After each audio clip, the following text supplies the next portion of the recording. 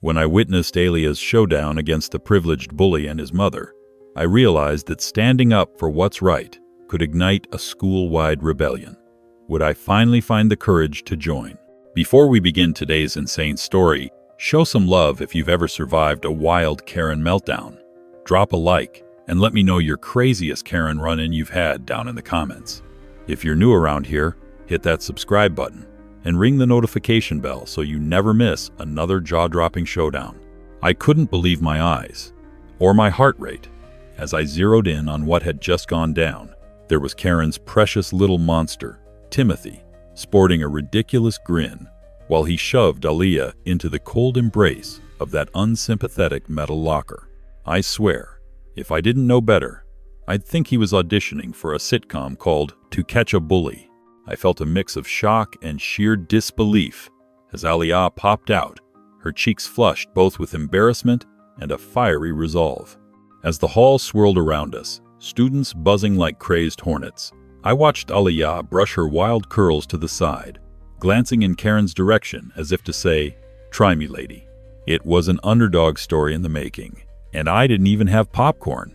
As if the showdown wasn't juicy enough already, enter the tornado that was Nina Brooks, a powerhouse in a tailored Navy suit, her bright smile plastered on her face, but a storm brewing under the surface. It was like watching a caterpillar transform into a butterfly, except the butterfly was ready to take life by the horns and wrestle it to the ground. She marched down the hallway with an energy that could power a small town, her heels clacking against the tiles like a drumline. There was no doubt in my mind that she meant business. Karen might have had designer everything, but Nina walked in with fierceness that could topple skyscrapers.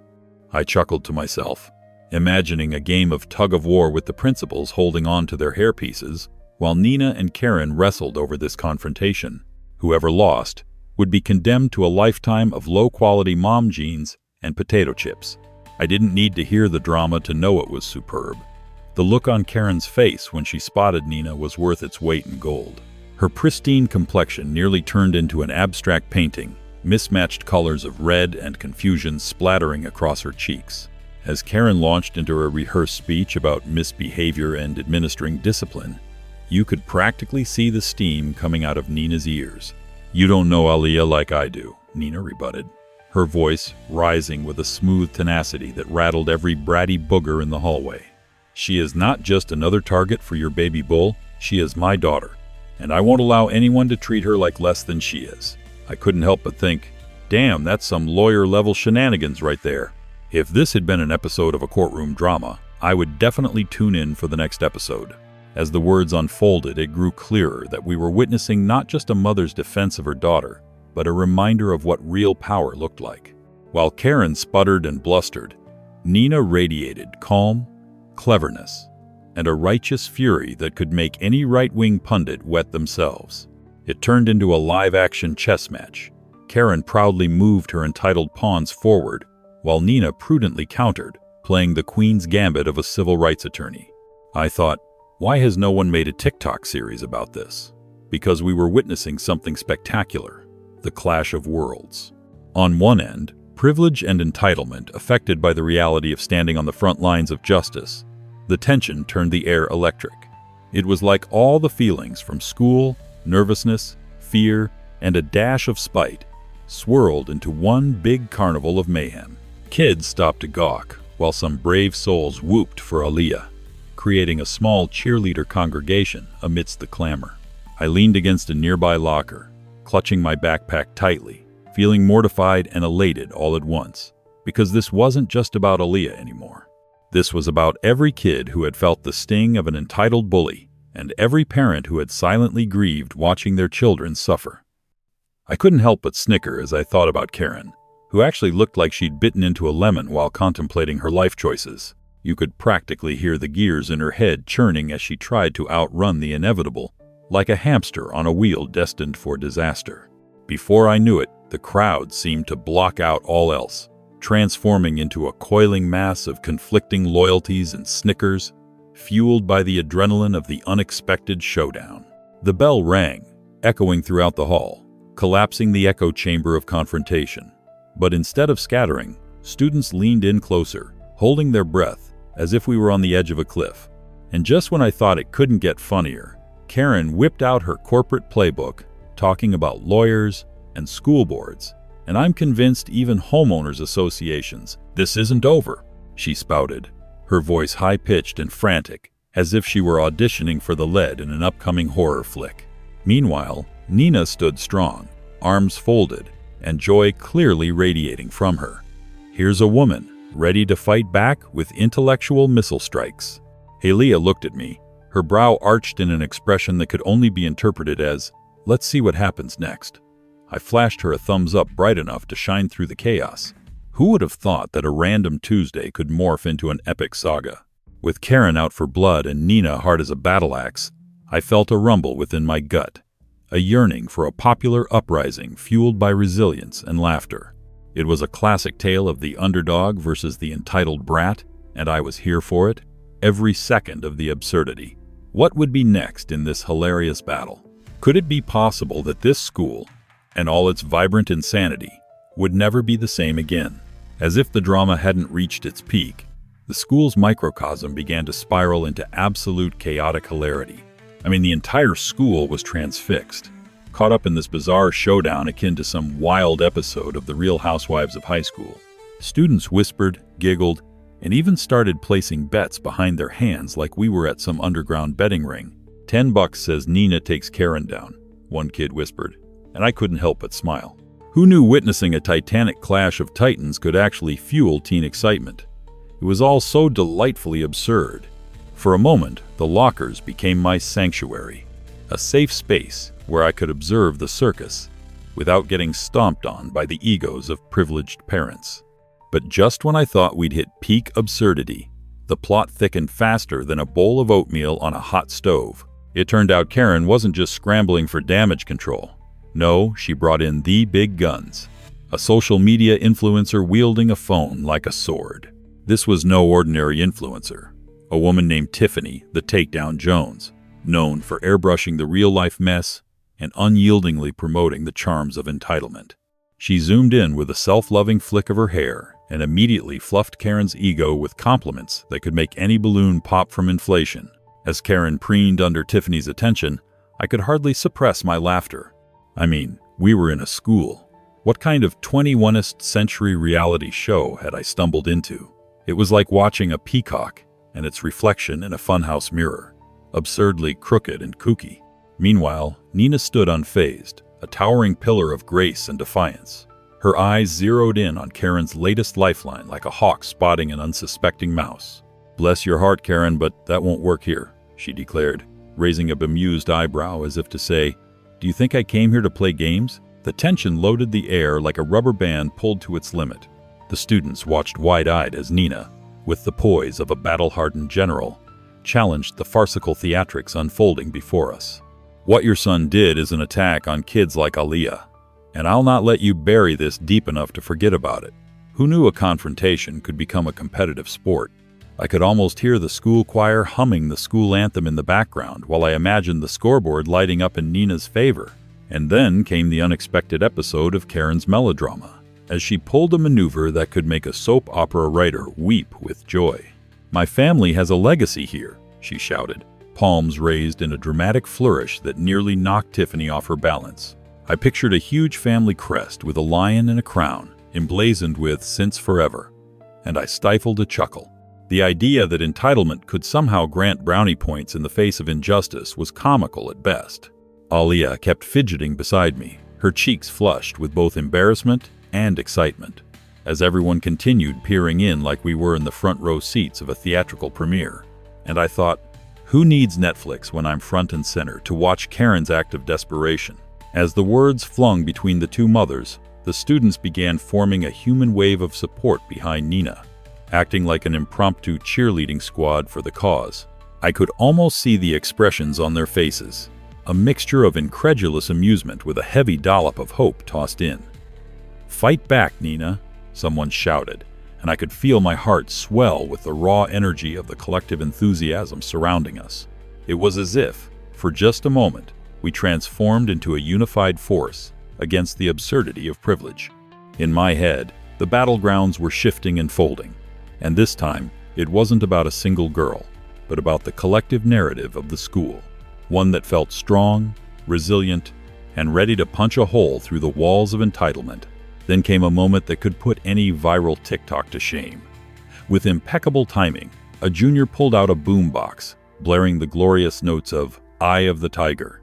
Suddenly, kids began chanting Nina's name, like she was some deified warrior ready to conquer the unjust world. The atmosphere electrified, like a school pep rally with snacks and soda. As if from within a movie montage, I could see Karen's eyes bulge as she witnessed the uprising. Her autocratic reign was crumbling before her designer-clad eyes, and I almost felt sorry for her, if not for her annoying, entitled demeanor. Maybe this was the real turning point, where the school would finally learn that no matter the brand of shoes on your feet, kindness always reigns above the clutter of popularity.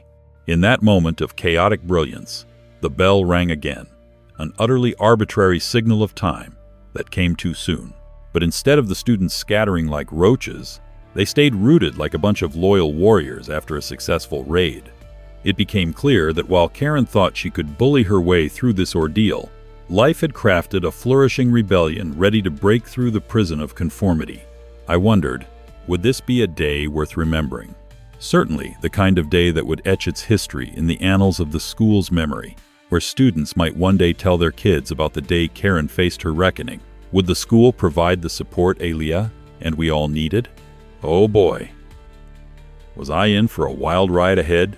As the atmosphere crackled with excitement, Karen's attempts to regain control felt flimsier than the cheap fabric of her overly pricey blouse.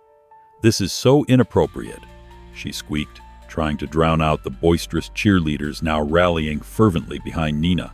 It was like trying to shout over a marching band while giraffes were dancing in the background. Utterly futile. Kids were giggling and taking selfies in front of the mayhem, and I could see the light in their eyes. Had Karen just unwittingly birthed a movement? Were we witnessing the birth of Speak Your Mind Day at Westwood High? I could hardly contain my smiles because each burst of laughter felt like justice bubbling over. Every chuckle was a step towards demolishing the outdated gargoyle of entitlement. Then it happened. In a twist more unexpected than finding out your favorite pizza parlor serves sushi, someone from the back shouted, "Dance off!" The ripple of excitement felt palpable in the air as students glanced at one another, contemplating the absurdity of the request. But before we could even blink, the boombox blasted not just "Eye of the Tiger," but morphed seamlessly into the rhythmic beats of some street dance anthem. Suddenly, kids kicked off their shoes and raced into the center of the chaotic showdown. Nina, never one to back down from a challenge, strode forward, long limbs and poised elegance, contrasting sharply with Karen's flustered demeanor as she stood there looking like a deer caught in incredibly high heels. "I'll take that challenge," she proclaimed, and there was a fierce glint in her eye that was impossible to ignore. Was this actually happening? Nina was about to dance, and the crowd was now hyped well beyond any typical school assembly. One kid, Nick, who was known as the resident breakdancer, launched into an impressive robot move, followed by a flourish of windmills, and cheers erupted. Not to be outdone, Nina unleashed her own brand of smooth, rhythmic footwork that could only be described as a blend of sass and power, like if Beyoncé had decided to moonlight as a motivational speaker at a local school. "Oh, snap," I murmured, unable to contain my excitement. It wasn't just a dance-off. This was a performance. Every time Nina moved, it was like she was demolishing the systemic racism, entitlement, and privilege that Karen stood for. Behind them, the students joined in, flailing their arms enthusiastically like a jazzercise class that had taken a wild turn. The atmosphere felt vibrant, a tapestry of colors and laughter woven together by the beat of hope. Could Karen even comprehend the overwhelming force she had stirred? Meanwhile, Karen was up next, and while I expected a valiant attempt, she just flopped into a mildly embarrassing swaying motion. It was like watching a cat try to swim.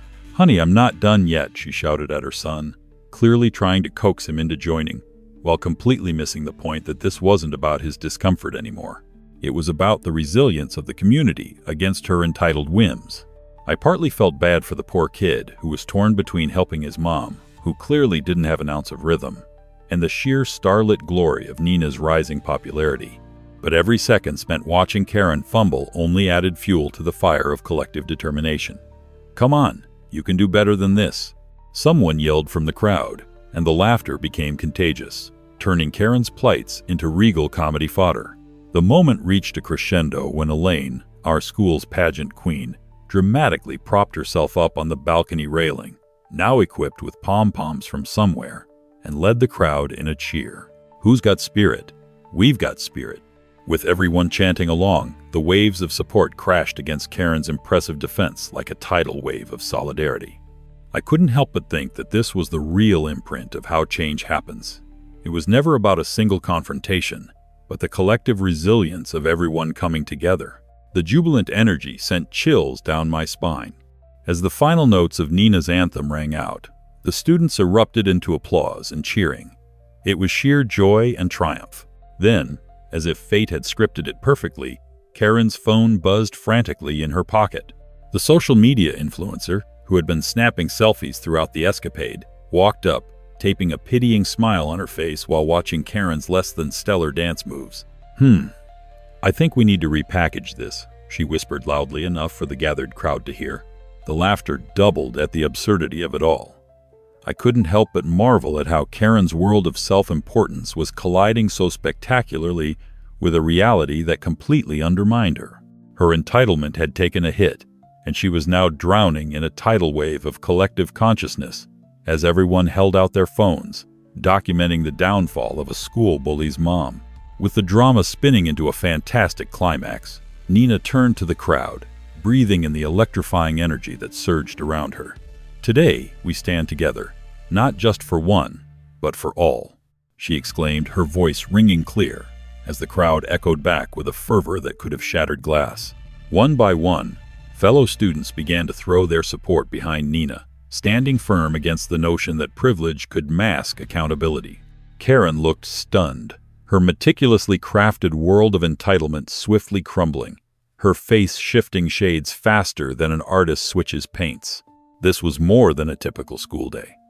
This was a revolt wrapped in laughter, all while we danced our way to empowerment. The unexpected power of solidarity was a joyride I never saw coming, and I couldn't help but revel in the thought. How many more changes could we orchestrate when we were all together? And thus, as the laughter and cheers echoed like a battle cry of triumph, I realized this was just the beginning. Would this day be the turning point for our school? As the dust settled from the epic showdown, the realization that we had all just participated in the most bizarre yet exhilarating moment of our lives hit me. Kids were high-fiving and taking pictures with Nina like she was the queen of Westwood High, all while Karen floundered in her designer heels, looking like a cobwebbed relic from a past that didn't stand a chance against this new wave of unity. Instagram was blowing up, hashtags like "Dance Off for Justice" and Karen, who flooded the feeds as everyone documented what felt like an uprising. All I could think was how this was the moment we finally turned our backs on the ridiculously outdated norms that had somehow become acceptable. Who would have thought that a little dance-off could ignite such powerful change? But the exhilarating aftershocks didn't stop there.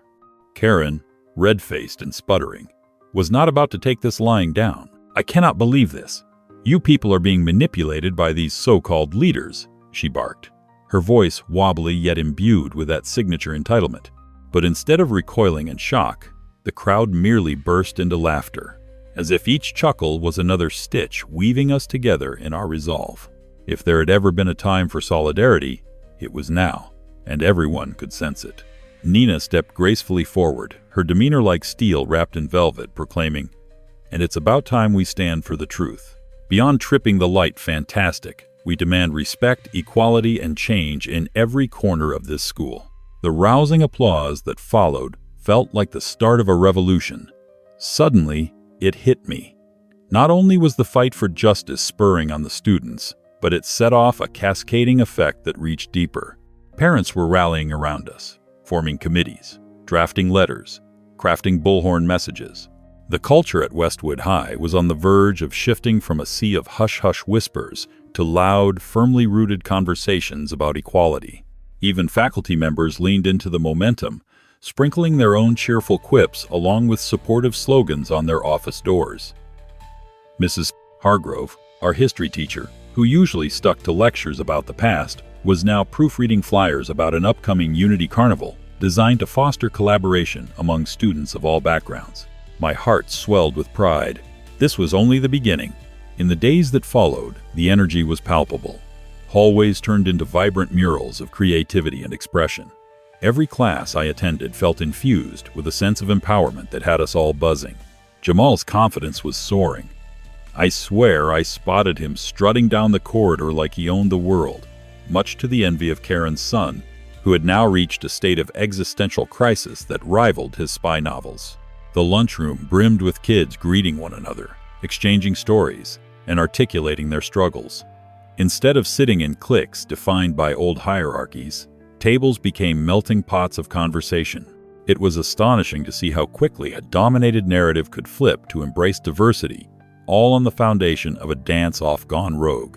The pivotal day of the Unity Carnival finally arrived, and let me tell you, if you thought the dance-off was a spectacle, it paled in comparison. Everywhere I turned, booths flourished with vibrant visuals and inspiring messages.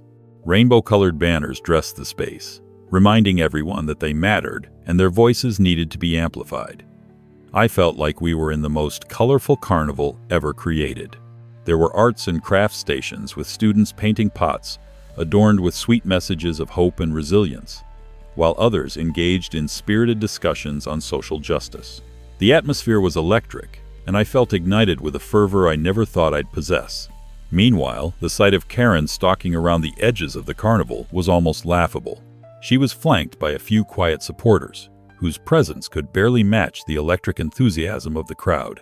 "This is a circus," she scoffed to anyone who dared to approach, as her steely gaze did its best to cut through the jubilant festivities. But no one really paid her any mind anymore. Nina even spotted her and shouted something absurd like, "Look out, everyone! The Queen of Privilege has graced us with her presence," which incited an explosion of joy. The students laughed, her ridicule echoing through the air like confetti at a parade. Karen's attempts to regain her previous power fell flat. She was too out of touch with the community and too heavy-handed for new generations eager for a shift. Finally, in a moment I'll cherish forever, a symbolic stage was erected for performances. I took to the microphone, shaking slightly, nerves bubbling beneath the excitement. "It's time for us to let our voices be heard," I cried, my heart thumping against my ribcage. Today is about unity, empowerment, and standing against the shadows of entitlement. Cheers erupted in response, a sound so intoxicating it seemed to lift me off the ground. We had transformed negativity into resilience, and that day truly felt monumental.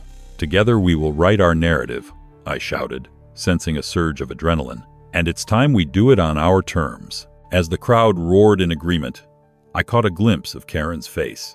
The realization that what was happening was unstoppable hung in the air. She was a relic of a bygone era, while we were champions of a new dawn, fueled by laughter, tenacity, and a little twirl of dance magic. Sure, it had started with a simple bullying incident, but what followed was a transformative tale of resilience that could be told for generations. Would we rise to meet the challenges ahead with this same energy, or would the shadows of old attitudes try to envelop us again? Only time would tell, and I couldn't wait to find out. As the sun soared higher, bathing the Unity Carnival in a golden glow, it was hard not to feel the palpable enthusiasm radiating off everyone gathered. Each corner of the schoolyard buzzed with laughter, creativity, and a shared recognition that we were rewriting our own narrative, one uplifted cheer at a time. Balloons decorated tables like colorful endorsements of a newfound freedom, and the sound of chatter swelled like music through the air. I watched students mingle, leaning away from their usual cliques, and realized how blissfully contagious acceptance could be. In the chaotic yet organized frenzy, every jolt of laughter felt like an affirmation. You could practically hear the echoes of our collective empowerment. In the midst of the carnival's vibrancy, a peculiar moment unfolded right in front of me. Jamal had his sights set on performing with his friends for the open mic segment, and I could see nerves clawing through his typically calm demeanor. My heart swelled with pride and anxious hope, knowing how far he'd come despite the bullying. As he navigated towards the mic, I felt like I was watching a chrysalis crack open, his friends cheering him on like an auditory confetti cannon ready to erupt. "Just be you, Jamal," I shouted, filtering through the crowd, and he flashed a nervous grin before stepping into the spotlight. His short, curly hair bounced as he approached the crowd, his confidence beginning to radiate with each step. Little did he know, the students were not just supporters, but an entire community ready to rally behind him. As he touched the microphone, it felt like a lightning bolt hit. The audience turned into that kind of unwavering support that swells up alongside pride. "What's up, Westwood?" he exclaimed, his voice breaking but already laced with enthusiasm. The crowd erupted with applause, fully preparing to back him as he ventured into a rap that was both candid and witty, spinning tales of his personal encounters with bullying and triumph. It was like poetry woven into a beat. The melody hung like magic over the field. Each word seemed to resonate as he captured our shared struggles while simultaneously celebrating the fierce love that connected us all. The lyrics flowed, his confidence blossoming like a flower drinking in the sunlight. It was awe-inspiring. As Jamal's performance radiated energy through the crowd, I noticed Karen lurking by a cotton candy booth, her eyes glinting like daggers as she was enveloped by her dwindling supporters. I couldn't help but laugh silently. Even a copious amount of rainbow fluff couldn't soften her steely demeanor. Her attempts to rally a few academics to dismiss the carnival felt like an anticlimactic lead up to a flop show that nobody wanted to see. "Too much sugar is never good for the soul," she quipped to someone nearby. But her comments felt like the clumsy footnotes of defiance amidst the epics of unity that cast shadows on her motives. The laughter erupting from the surrounding students drowned out her attempts, further silencing her as if the universe mocked her snarky remarks. Suddenly, from behind the carnival stalls, Nina appeared like a superhero in her tailored suit, her demeanor exuding all the confidence Karen lacked. "To all the amazing students here today, remember that your voice matters," she proclaimed, waving her arms like she was conducting an orchestra of acceptance. The joy and focus became palpable as everyone turned to face her. To see the warmth radiating from her words wash over the students made everything feel monumental.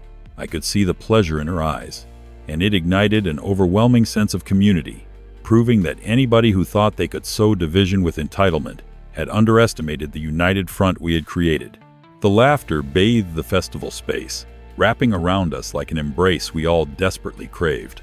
As the carnival wound down and the sun dipped low in the sky, I spotted Jamal happily chatting with others, laughter punctuating the air like musical notes on a score. Suddenly, my heartbeat quickened. The moment felt ripe for a call to action. "Hey everyone, how about a dance-off to close this epic day out?" I shouted, recounting the spirit that had started everything in the first place. The crowd erupted in cheers. As dance enthusiasts lined up, the atmosphere transformed. Fleeting moments of labeled insecurities sparkled away and unleashed a joyous energy that encouraged even the most timid students to let loose. Jamal's face lit up as he joined the throng, freeing himself from the burdens of past hurt, shimmying and shaking as if syncing with the beat of our collective heart. In that moment, we danced not just for fun, but to honor our journey and everyone who had finally decided to join us. Just as I thought nothing could top the exhilaration of the carnival, we arrived at the final dance-off round. Two MCs brought forth a chilling exeunt with their synchronized moves, smiles contagious in their unapologetic joy. Karen was now isolated, her frustration palpable enough to crack cement. "This is ridiculous," she raged under her breath, but no one, especially not the students, seemed to share her perspective.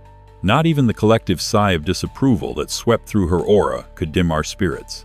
As the dance fever reached its peak, I realized, in that profound whirlwind of lyrics, laughter, and love, that we'd become the upholders of a narrative powered by resilience, empowerment, and bizarrely enough, a renegade dance-off. My heart soared, echoing a question that perhaps we all needed to ponder. What incredible heights could we climb to next, together? Thanks for tuning into this insane entitled Karen story. If you're craving more wild Karen showdowns, check out our video on the right. Or if you trust YouTube's instincts, pick the one on the left. Whichever you choose, brace yourself. There's plenty more meltdown madness where today's story came from.